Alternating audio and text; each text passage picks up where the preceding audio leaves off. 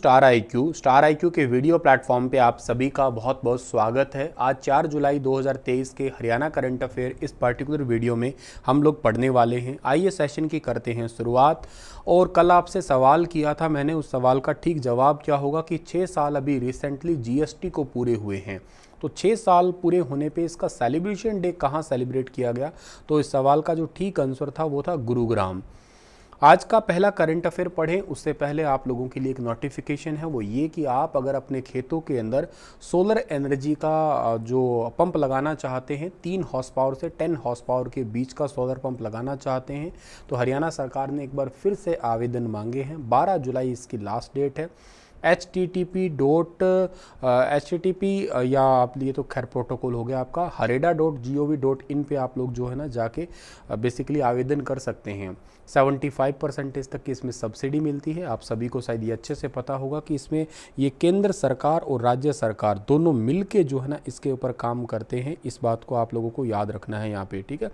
अच्छा, ये केंद्र सरकार और राज्य सरकार मिल के तो काम करते हैं, ये तो चलो ठीक है बात, लेकिन इसमें कितने कितने परसेंटेज के जो है ना वो शेयर है एक्चुअली। तो अगर मैं आपको कहूँ तो इसमें केंद्र सरकार का 30% शेयर है और राज्य सरकार का इसके अंदर जो ना 45% शेयर है, यानी कि टोटल मिला के 75% तक की सब्सिडी मिलती है। इस योजना का नाम आप सभी को अच्छे से पता है ही, क्या प्रधानमंत्री कुसुम योजना है। हालांकि हरियाणा में ये हरेडा एक डिपार्टमेंट है, मई 1997 में इसका सेटअप हुआ था। इसका फुल फॉर्म भी होता है Haryana renewable energy development agency. अभी रिसेंटली मैंने भी खेतों के अंदर ये सोलर पंप लगवाया है, मैंने इसका एक छोटा सा वीडियो भी इसी चैनल पे पोस्ट किया है। उसके तहत मैं फ्री जुगाड़ करके घर पे बिजली भी चला ही रहा हूँ। हालांकि इसको फंड करता है नाबार्ड, याद रखना, एक आपको पता है ना agriculture and rural development bank है, वो बैंक इसको फंड देता है। और हरेडा के तहत ही हरियाणा में जितने भी सोलर पंप वगैरह लगते हैं या सोलर एनर्जी सिस्टम जो है ना, सारा काम हरेडा के अंदर ही आता है। इसका फुल फॉर्म हो सकता है आपके एग्जाम में पूछ लिया जाए, Haryana renewable energy development agency. और ये कब आई थी? ये आई थी आपकी मई 1997 के अंदर आई थी, याद रखना आप लोग, ठीक है। खैर आगे चलते हैं और अगला जो हमारा सवाल आज का पहला करंट अफेयर है वो क्या है कि हाल ही में मुख्यमंत्री जी ने पेयजल आपूर्ति को सुदृढ़ करने के उद्देश्य से हरियाणा में कितने करोड़ की 795 नई पेयजल आपूर्ति योजनाओं को मंजूरी दी है। तो अभी हाल ही में मुख्यमंत्री जी ने टोटल 834 करोड़ रुपए की नई पेयजल आपूर्ति योजनाओं को मंजूरी दी है अभी हाल ही में। एग्जैक्ट तो 834.10 करोड़ है, 795 योजनाएं हैं टोटल ये। और इसमें 104.27 करोड़ रुपए की लागत से 134 नई शहरी जल आपूर्ति और सीवरेज योजनाएं भी टोटल शामिल की गई है। हरियाणा के मुख्यमंत्री जी ने अभी एक रिसेंटली बैठक की थी और उस बैठक में ये भी बताया गया कि 8 महाग्राम गाँव में जलापूर्ति और सीवरेज प्रणाली का काम पहले ही पूरा हो चुका है। 29 महाग्राम में काम अभी चल ही रहा है और 10 गाँव में दिसंबर 2023 तक जो है ना काम पूरा हो भी जाएगा। ये महाग्राम योजना के तहत आपको रिसेंट याद हो तो भिवानी जिले का एक गांव है चांग, उसको भी शामिल किया गया था। इसका मतलब ये है कि 10,000 से ज़्यादा आबादी वाले गांव हैं, वहाँ पे शहरों की तर्ज पे सीवरेज लाइन है वो बिछाई जाती है, सीवरेज पाइपलाइन है बिछाने का काम होता है। हालांकि कुछ शहरों के अंदर सीवरेज पाइपलाइन बहुत पुरानी हो चुकी है या टूट चुकी है, उसकी वजह से सीवरेज व्यवस्था अच्छी नहीं है, तो उनको भी ठीक किया जाएगा। तो ये भी इस योजना का या इसमें इस प्लान के अंदर बात की गई थी। इसके अलावा जलापूर्ति कनेक्शन यानी कि हर घर तक पानी पहुंचाने के लिए PPP आधार पे यानी कि परिवार पहचान पत्र इसको इसके साथ ही कनेक्ट कर दिया जाएगा, जिससे गांव के लोगों में 28.22 लाख कनेक्शन में से 25.22 लाख कनेक्शन की मैपिंग भी पूरी हो चुकी है। पता लग सकेगा किसके घर में ये कनेक्शन हो चुके हैं, किसके घर में नहीं हुए हैं आपके। तो जल आपूर्ति और सीवरेज के बिल मोबाइल फ़ोन SMS जो है ना इसके द्वारा ही भेजे जा रहे हैं फ़िलहाल के लिए। अच्छा, एक बात आप लोग और याद रखिएगा कि हरियाणा तो के अंदर ना थोड़े दिन पहले मैंने आपको एक क्वेश्चन पढ़ाया था वाटर बॉडीज़ का, जून महीने का करंट अफेयर था। अभी रिसेंटली पूरे मंथली कवरेज भी मैंने की है, अगर आपने नहीं देखा तो देख लेना। तो जून महीने के करंट अफेयर में था कि वाटर बॉडीज सर्वे के अंदर हरियाणा में टोटल वाटर बॉडीज़ कितनी हैं, तो उसका आंसर था 14,988 के आसपास था आपका, ठीक है ना। 14,900 प्लस था आपका, एग्जैक्ट फिगर शायद मैं हो सकता है स्किप भी कर रहा हूँ, आप अगर राइट बताइएगा मुझे, ठीक है ना, कि कितना है एग्जैक्ट फिगर। लेकिन हाँ 14,900 प्लस मैं इसको याद करने के लिए लिख सकता हूँ एक बार के लिए। और पूरे भारत में सबसे ज़्यादा वाटर बॉडीज़ जो है ना वो हैं आपकी कहाँ पे, वो है वेस्ट बंगाल के अंदर, नियर अबाउट 7.42 लाख के अराउंड है। और इस वेस्ट बंगाल का एक डिस्ट्रिक्ट है जिसका नाम है साउथ 24 परगना। ये भारत का सबसे ज़्यादा वाटर बॉडीज़ कैरी करने वाला डिस्ट्रिक्ट है, जिसमें 3.55 लाख वाटर बॉडीज़ है अकेले इसी डिस्ट्रिक्ट के अंदर, ठीक है ना। तो हरियाणा में तो near about 15,000 he water bodies है। सो ये अपने आप में एक बहुत बड़ा चैलेंज भी है कि हमारा हरियाणा जो है ना उसका ग्राउंड वाटर लेवल लगातार गिरता जा रहा है। तो हमें नई नई योजना बनानी पड़ेगी जिसके तहत हम पानी को बचा सकें, वरना तो भविष्य में हमें बहुत ज़्यादा किल्लत देखने को मिलेगी। हालांकि चलिए अगला जो सवाल हमारे पास में कौन सा बन सकता है, नेक्स्ट क्वेश्चन है कि हाल ही में किस जिले में G20 के 2 दिन का स्टार्टअप 20 शिखर सम्मेलन को केंद्रीय वाणिज्य एवं उद्योग राज्य मंत्री ने शुभारंभ किया है। Recently in which district the union minister of state for commerce and industries inaugurated the 2-day startup 20 या स्टार्टअप 20 समिट ऑफ G20। तो अब ये रिसेंटली जो स्टार्टअप समिट है इसको इनोग्रेट किया है गुरुग्राम के अंदर। ऑप्शन नंबर ए इस सवाल का बिल्कुल ठीक रहेगा। अच्छा, आप लोगों को अच्छे से पता होगा कि हरियाणा के गुरुग्राम में G20 के 2 सम्मेलन हो चुके हैं। एक तो आपने मार्च महीने के बिल्कुल स्टार्टिंग के करंट अफेयर में पढ़ा होगा, 1 से 2, 3, 4 मार्च के दौरान यहाँ पे एक एंटी करप्शन ब्यूरो जो है ना उसका भी मीटिंग हुआ था, अगर याद हो तो आपको। और दूसरा अब होने जा रहा है 3 और 4 जुलाई को ये, और ये स्टार्टअप से रिलेटेड। आप सबको ये तो पता ही होगा कि मोदी सरकार में और कोई काम हुए हैं कि नहीं हुए, लेकिन उनमें से सबसे इम्पॉर्टेंट काम तो ये हुआ है कि स्टार्टअप के बारे में खूब ध्यान दिया है। ये स्टार्टअप योजना पूरे इंडिया में, या स्टार्टअप डे आप समझ लीजिएगा, 16 जनवरी को सेलिब्रेट किया जाता है। G20 का शिखर सम्मेलन था, ये याद रखिएगा, गुरुग्राम के अंदर। और इसका उद्देश्य क्या है? इसका उद्देश्य यही है कि एफिशिएंसी को थोड़ा उजागर करना, आर्थिक विकास को बढ़ावा देना, रोज़गार क्रिएट करना, सस्टेनेबल डेवलपमेंट की ओर से की तरफ थोड़ा लेके जाना। अच्छा सर, भारत में वाणिज्य एवं उद्योग राज्य मंत्री है कौन? तो उनका नाम है श्री सोम प्रकाश, ये राज्य मंत्री है, इस बात को भी आप ध्यान रखिएगा। हरियाणा की तरफ से भी टूरिज़्म जो टूरिस्ट डिपार्टमेंट को संभालते हैं कंवरपाल जी, वो भी इसमें शामिल थे। और हरियाणा के मुख्य आयुक्त भी थे जिनका नाम है संजीव कौशल जी, तो ये भी याद रखना आप लोग। तो स्कूल शिक्षा, हेरिटेज एवं पर्यटन मंत्री जिनका नाम कंवरपाल जी है, और के साथ में जो ना हरियाणा के मुख्य सचिव श्री संजीव कौशल, ये भी यहाँ पे शामिल हुए थे। अच्छा, पता है क्या आप लोगों को, अगर मैं एक ना नसीहत देना चाहूँ, एक सीख देना चाहूँ, इस पर्टिकुलर क्वेश्चन से अगर समझाना चाहूँ, आप लोगों में से बहुत सारे बच्चे ना गवर्नमेंट जॉब की प्रिपरेशन कर रहे हैं। जाहिर सी बात है, इस वीडियो को देख भी वही बच्चा रहा है जो गवर्नमेंट जॉब की प्रिपरेशन कर रहा है, या हरियाणा के अंदर किसी भी पेपर की प्रिपरेशन कर रहा है, स्पेशली वो बच्चा तो इस वीडियो को ज़रूर देख रहा है।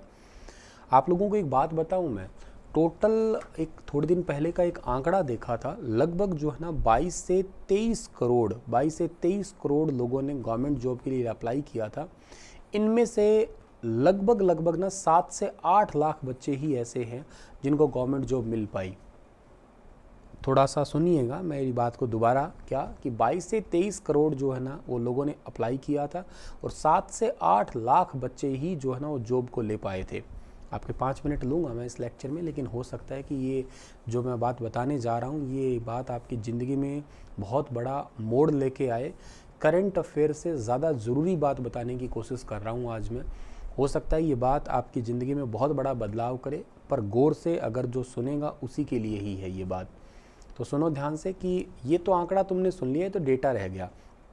अगर ये देखा जाए ना इस डेटा के अकॉर्डिंग, यूँ देखो तो 7-8 लाख तो बहुत है, पर अप्लाई कितनों ने किया ये भी देख लीजिएगा आप लोग।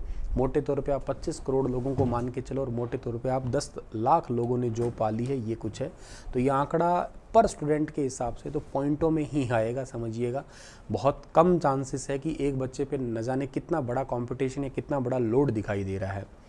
हरियाणा लेवल की बात की जाए तो जैसे CET कहिएगा या कोई और एग्ज़ाम कहिएगा, तो उनमें बहुत ज़्यादा रिस्की एक फ़िलहाल के लिए जोन चल रहा है। अच्छा, बात ये है कि फ़िलहाल के लिए ये ऐसा हो क्यों रहा है, उसके पीछे की वजह क्या है। मुद्दा ये है कि बहुत सारे बच्चों से अगर मैं क्वालिफ़िकेशन पूछता हूँ ना कि क्या किया है, जैसे अभी रिसेंट आप लोग अगर मुझसे जुड़े हुए हैं तो मैं अपने इसी व्हाट्सएप नंबर पे स्टेटस लगाता हूँ मुझे कुछ नीड होती है, जस्ट लाइक थोड़े दिन पहले मैंने स्टेटस लगाया था, टाइपिंग के लिए मुझे स्टूडेंट चाहिए, हिंदी और इंग्लिश दोनों लैंग्वेज में टाइपिंग के लिए चाहिए, पीपीटी बनाने वाला मुझे चाहिए। और इसके अलावा मैंने थोड़े दिन पहले अभी मैंने एक टीचर की वैकेंसी भी निकाली थी, जो सीडीपी पढ़ा दे, इंग्लिश पढ़ा दे, रीजनिंग पढ़ा दे, मैथ पढ़ा दे। पर तुम्हें पता है क्या चीज़ है, अभी तक मैं वन मैन आर्मी की तरह ही एक्चुअली जो है ना ज़्यादातर ऑपरेट कर रहा हूँ। ज़्यादातर हिस्से में खुद ही देखना पड़ता है सारा कुछ। बहुत सारे बच्चों से कहा कि टाइपिंग आती है सर, इंग्लिश में आती है, हिंदी में नहीं आती, हिंदी में आती है, इंग्लिश में नहीं आती सर, स्पीड बहुत कम है, आप सिखा दो।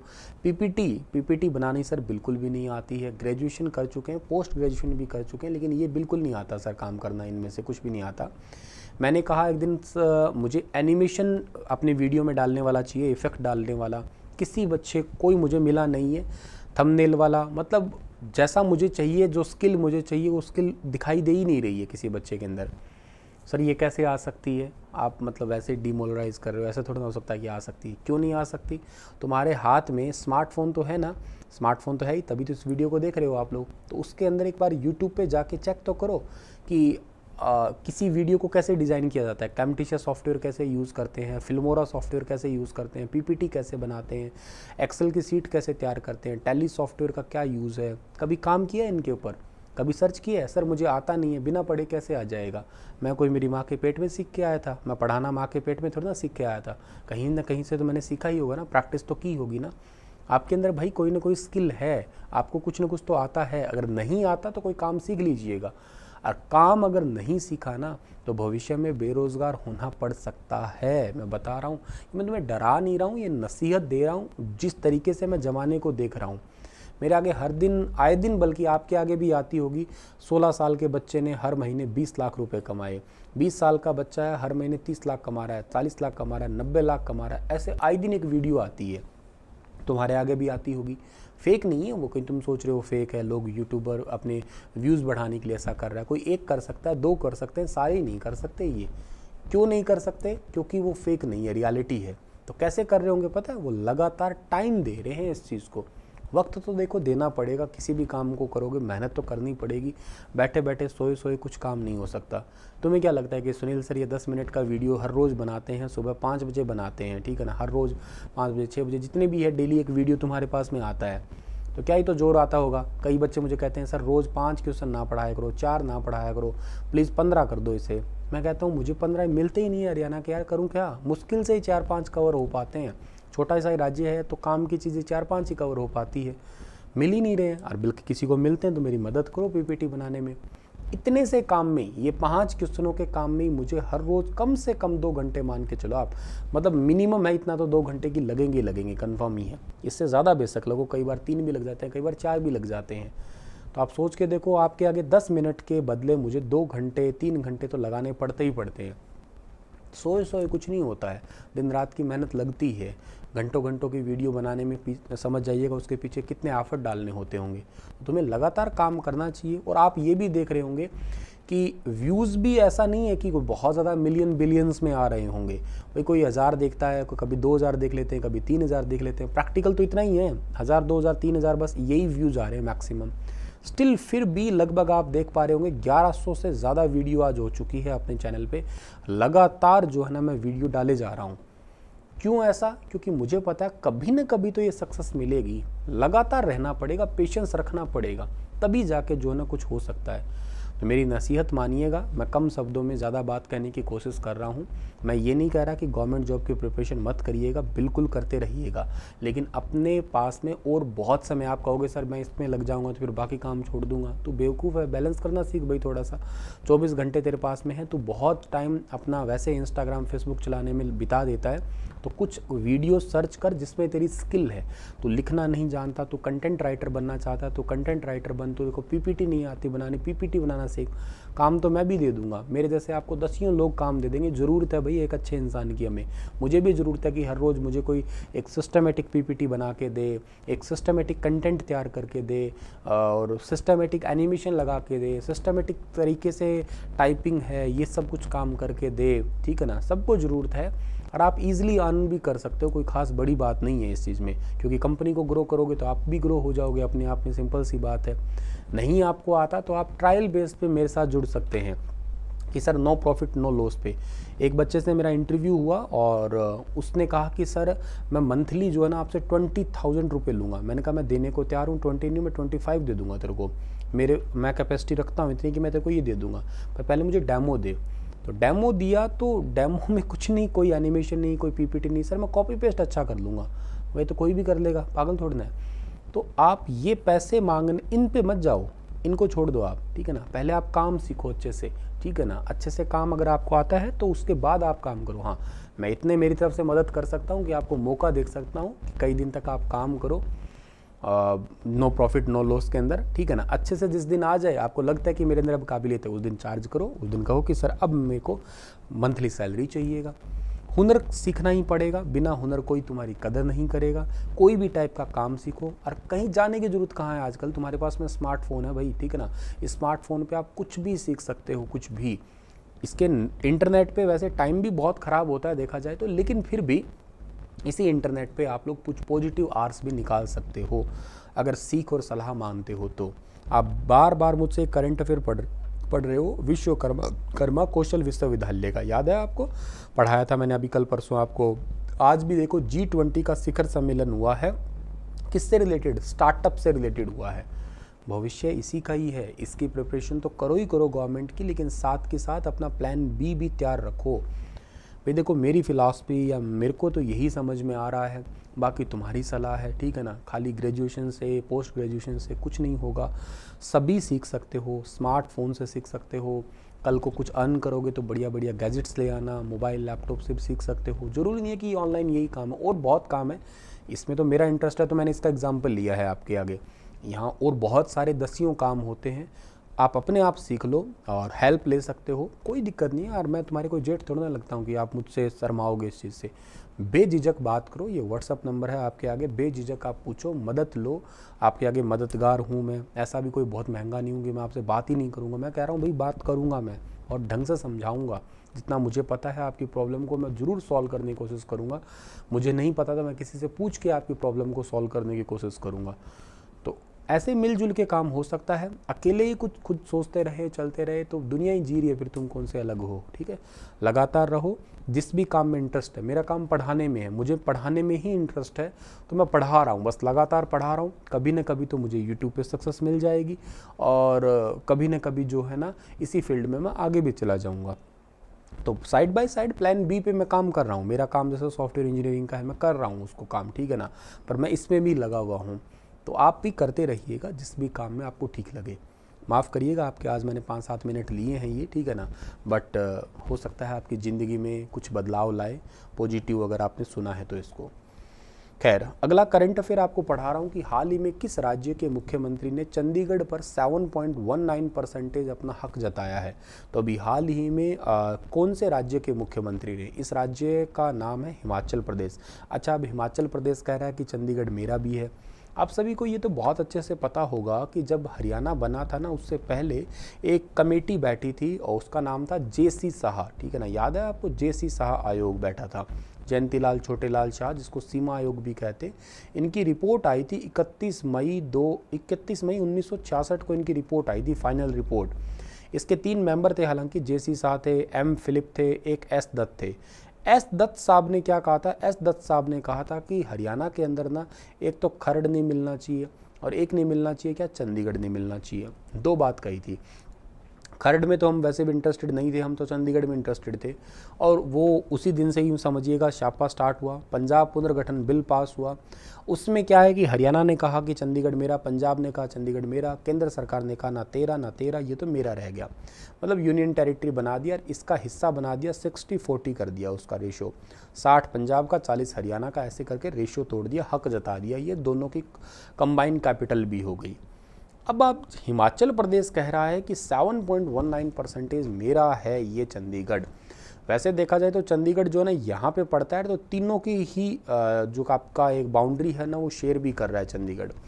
चंडीगढ़ में अपना हक है, ये लेके रहेंगे। ये हिमाचल प्रदेश के मुख्यमंत्री सुखविंदर सिंह सुक्खू, और इन्होंने ही अभी कहा है रिसेंटली कि पंजाब पुनर्गठन एक्ट के तहत हिस्सेदारी का जो हिस्सा है ना वो लेंगे हम। और यहाँ पे एक्चुअली पता है क्या चीज़ है, एक भाखड़ा व्यास प्रबंधन बोर्ड है जिसको BBMB कहा करते हैं। इस प्रोजेक्ट में रॉयल्टी का प्रावधान जो है ना अभी तक हिमाचल प्रदेश के पास नहीं आया था, तो अभी ये रॉयल्टी लेने की कोशिश कर रहे हैं। मतलब यूँ समझो कि एक प्रोजेक्ट है आपका और ये भाखड़ा ब्यास प्रबंधन बोर्ड, इसके तहत जो है ना ये कह रहे हैं कि हमारा हिस्सा इसके अंदर रहेगा। तो मुख्यमंत्री जी ने कहा है कि भाखड़ा ब्यास जो आपका प्रोजेक्ट है ना, इसकी NOC सिंचाई और पेयजल के लिए हिमाचल प्रदेश लेगा, और कुछ हमारे भी अधिकार है यहाँ पे 7.19% है वो हम लेंगे यहाँ पे, ये हमारा ही हिस्सा है। खैर इसको लीगली देखा जाए ना तो ये नहीं है इनका, ठीक है ना। जसविंदर सिंह संधू जो कि लीगल एक्सपर्ट है, उनका कहना है कि चंडीगढ़ पर हिमाचल का 1% भी हक नहीं बनता है। मांग करने से ही कानून हक नहीं मिल जाता है। पुनर्गठन एक्ट में जिक्र किया गया था, तो 1966 के दौरान अभी मैंने बताया था 60-40 का रेशियो था। हिमाचल प्रदेश का जो ये भाखड़ा ब्यास प्रोजेक्ट है ना, इसके तहत 7.19% की मांग कर रहा है इस बांध वाले प्रोजेक्ट के आधार पे। तो ये कोई बात नहीं है कि डायरेक्ट इनको मिल जाए इस आधार पे, लीगल तरीके से तो इनका बिल्कुल भी हक नहीं है। आगे देखो कैसी लड़ाई रहती है। अगला एक करंट अफेयर है कि ये भी अभी रिसेंटली जो है ना TMVR टेक्निक से हार्ट का वाल बदलने वाला उत्तर भारत का पहला इंस्टीट्यूट हाल ही में कौन सा बना है। तो इस टेक्निक से के तहत पहली बार जो हार्ट का वाल बदलने वाला जो इंस्टीट्यूट बना है ना, ये बना है PGI चंडीगढ़। देखो क्या होता है कि नॉर्मल तरीके से तो हार्ट को ओपन किया जाता है पहले, उसके बाद हार्ट का वाल बदला जाता है। लेकिन अब हार्ट को बिना किसी सर्जरी से क्या होगा, जांग के थ्रू जो है ना एक आपका ये पाइप के थ्रू या समझिएगा भेजा जाएगा, और वहाँ पे अपने आप ये फूल के और ये वाल्व लग जाएगा, और अगले दिन जो है ना मरीज़ काम भी करने लग जाएगा। एक इसका छोटा सा क्लिप जो है ना आप लोग देख सकते हैं, कुछ इस प्रकार का जो है ना ये रहने वाला होगा आपका। तकरीबन जो है ना इसका किस तरीके से जो है ना ये काम करेगा, एक इंस्टीट्यूट के द्वारा जो है ना एडवर्ड स्पेन इंस्टीट्यूट है उनके द्वारा दिखाया गया है। ये देखिएगा, इसके मतलब जांग के थ्रू या बॉडी के 2-4 और पॉइंट्स हैं, उनके थ्रू जो है ना इसे डाला जाएगा हार्ट के अंदर। ये वाला जो एरिया आप लोग देख रहे हो ना, इस एरिया के अंदर क्या चीज़ है, ये एरिया बेसिकली जो है ना यहाँ पे वाल्व वाला एरिया है। ये वाल्व जो है ना सिकुड़ चुकी है, तो प्रॉपर तरीके से काम नहीं करता है हार्ट। तो अब एक्चुअली क्या किया जाएगा, इसके अंदर जो है ना वहाँ पे जाके ये आपका एक चेन सी या पाइप सी जो है ना डाल दी गई है, इसी के थ्रू जो है ना ये वाल्व डाली जा रही है। अब मतलब क्या है कि कोई ओपन नहीं किया, कुछ भी हार्ट को चीरा काटा पाटा कहीं से कुछ नहीं किया, ये जो आपका है ना ये वाल्व है, देख लीजिएगा, ठीक है ना। तो इस वाल्व को जो है ना प्रॉपर भेजा जाएगा, और ये अपने आप ही जो है ना ये फूल के ही इसके अंदर लग जाएगी, ठीक है ना। अभी सर क्या प्रॉब्लम है, अभी आपको दिख रहा होगा ये वाला जो इलाका है ना, इसमें बहुत कम स्पेस है। ये कम स्पेस होने के चलते हुए प्रॉब्लम आती है, ब्रीदिंग में प्रॉब्लम आती है, इस पूरे हमारे सर्कुलेटरी सिस्टम के अंदर ठीक ढंग से सर्कुलेटरी सिस्टम जो है ना हमारा काम नहीं करता है, ब्लड फ्लो है वो पूरी बॉडी में प्रॉपर नहीं हो पाता है इसी करके। तो अब ये जो आपका रहता है आर्टिफिशियल तरीके से जर्नलिस्ट को पूरे हार्ट को इससे पहले ओपन किया करते थे पहले तो, लेकिन अब ऐसा नहीं होगा। अब इस तरीके से ये डाला है, अब देखिएगा ये जो है ना पूरा फूल जाएगा, ठीक है ना, और फूलने के बाद ऑटोमेटिक सेट हो जाएगा ये आपका। यही एक टेक्निक विकसित की गई है, तो काफ़ी इंपॉर्टेंट टेक्निक है ये। थोड़ा इसको जूम करके देखते हैं अगर हम लोग, तो ये वाल्व है, इस वाल्व के बीच में इनको रखा गया। हार्ट अब थोड़ा काम करना बंद किया, इसको देखो यहाँ पे फुलाया गया, वाल्व सेट हो चुका है। और जैसे ही वाल्व सेट हुआ है, अब आप कहोगे सर हार्ट रुक गया क्या, नहीं रुका। इसको ना उस टाइम पे आर्टिफिशियल पेस मेकर से हिलाया गया था। ये देखो ये वाल्व लग गया, बस बात खत्म, और उसको बाहर निकाल लिया गया। ये जो वायर पहले डाली गई थी इसको भी बाद में बाहर निकाल लिया जाएगा, ये ग्रीन सी वायर है, इसको भी बाद में बाहर निकाल लिया जाएगा। सो सिंपल है, इसमें कोई बहुत ज़्यादा पेन नहीं होता है, सुन करके डाला जाता है और जल्दी ही मरीज़ जो है ना ठीक हो जाता है। ये प्रॉपर तरीके से फिर वाल्व काम भी करती है। इस वाल्व का अगर हम टॉप व्यू देखते हैं तो ये कुछ इस तरीके का दिखती है, देखिएगा वाल्व, ये प्रॉपर वाल्व काम करने लग गई है। सो सिंपल, ठीक है। चलिए सर आगे बढ़ते हैं, इसको तावी तकनीक के नाम से जानते हैं। इसका पूरा नाम क्या है? इसका पूरा नाम है ट्रांस कैथेडर एनुलर वाल्व इम्प्लांटेशन होता है ये आपका ये। तो इस टेक्निक में हार्ट को खोलने की ज़रूरत नहीं है, तार के माध्यम से ही जांग के द्वारा हार्ट में पहुंच के वाल्व को फुला के बदल देते हैं। सिंपल सी बात यही है, कोई भी उम्र का इस टेक्निक को अपना सकता है। ऐसा पहली बार अब मतलब नॉर्थ इंडिया के अंदर जो है ना यहीं पे किया गया है, चंडीगढ़ पीजीआई के अंदर, ठीक है। और वैसे सबसे पहले अभी जो किया गया ना ये डॉक्टर परमिंदर सिंह ओटाल के द्वारा किया गया। 78 साल के एक मरीज की 2005 में जो है ना माइट्रल वाल्व के साथ बाईपास सर्जरी हुई थी। अब ये 30-40 मिनट के अंदर ये काम हो जाता है पूरा। अच्छा, एक बहुत इंपॉर्टेंट करंट अफेयर है कि Hooda city centre metro station का नाम बदलकर हाल ही में क्या रखा गया है? तो Hooda city centre metro station का नाम बदलकर अभी हाल ही में रखा गया है मिलेनियम सिटी सेंटर गुरुग्राम। काफ़ी इंपॉर्टेंट क्वेश्चन है। हालांकि इसका ना कुछ ही घंटों में 2-3 नाम बदल दिए गए थे, कन्फ्यूज़न बहुत था। यूँ समझो, सबसे पहले इसका नाम रखा गया था मेट्रो स्टेशन का गुरुग्राम सिटी सेंटर, थोड़ी देर के बाद में इसका नाम बदल के किया गया मिलेनियम सिटी सेंटर, फिर इसका फाइनल नाम किया गया मिलेनियम सिटी सेंटर गुरुग्राम। पूरा नाम अब ये है मिलेनियम सिटी सेंटर गुरुग्राम। तो 2-3 बार ट्वीट किया था दिल्ली मेट्रो रेल कॉरपोरेशन ने, तो फाइनल नाम इसका यही याद रखना है आपको, मिलेनियम सिटी सेंटर गुरुग्राम है, ठीक है। चलिए इसी के साथ ये सेशन होता है समाप्त। आपके लिए क्वेश्चन छोड़ के जा रहा हूँ कि which of the following is a non metal that remain liquid at room temperature. बताइएगा इसके बारे में आप लोग। और इसके अलावा नेशनल करंट अफेयर आज 9 बजे सुबह होंगे, उनको भी आप देख लेना। हर रोज़ आपके लिए क्लास होएगी, ज्ञान IQ सीरीज़ उसका नाम मैंने रखा है। इसके अलावा दोस्तों आप लोग अगर स्टार IQ एप्लीकेशन पे कोई भी कोर्स लेना चाहते हो तो आज रात के 12 बजे तक जो है ना आपके लिए कुछ ऑफ़र चल रहे हैं, ठीक है ना। आप कोड लगा सकते हो गुरुजी 50 और आज रात के 12 बजे तक जो है ना आपको उसमें ऑफ़र चल रहे हैं स्टार IQ एप्लीकेशन पे, ठीक है। शुक्रिया।